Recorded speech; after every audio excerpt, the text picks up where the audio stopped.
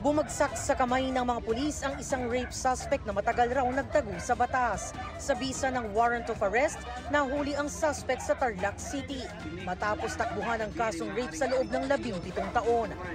Ikay may karapatang kumuha ng sarili mong abogado, privado man, iman, pagkakalubukas ng gobyerno, naintindihan mo yung karapatan. Natuntun siya sa pamamagitan ng pinaigting na intel operation ng mga pulis. Na-locate natin siya through social media exploitation, gumagamit tayo ng iba't ibang paraan, to the point na nagpadala pa tayo ng pera sa kanya just to confirm na siya ay nandun. And luckily, nahuli natin siya. Pero matagal naging proseso ito kasi 17 years siya na nagtago. Ang gagawin natin, hahabulin natin to para mabigyan naman natin ng hustisya yung biktima rito na kanyang pinsan. Mula Tarlac City, ibiniyahe pa Maynila ang suspect na nakakulong na ngayon sa MPD headquarters. Hinihintay na lang ang commitment order ng korte sa paglipat nito sa City Jail.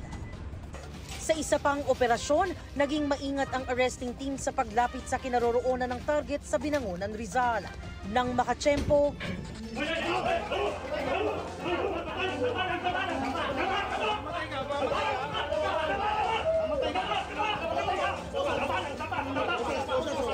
kilala raw kasing armed and dangerous ang target. Pero hindi na rin nakawala ang murder suspect na halos 12 taon namang nagtago. Naresto ka namin sa kasong murder, ha? Lumalabas sa kanilang investigasyon na may alitan ng suspect at biktima dahil sa distribusyon ng kuryente sa lugar. Nangyari raw ang krimen sa Parola Compound sa Tondo, Maynila nang barilin ng suspect ang biktima. Wala pang reaksyon ng dalawang suspect dahil hindi na inaharap ng MPD sa media. Para sa GMA Integrated News, Jamie Santos ang inyong saksi.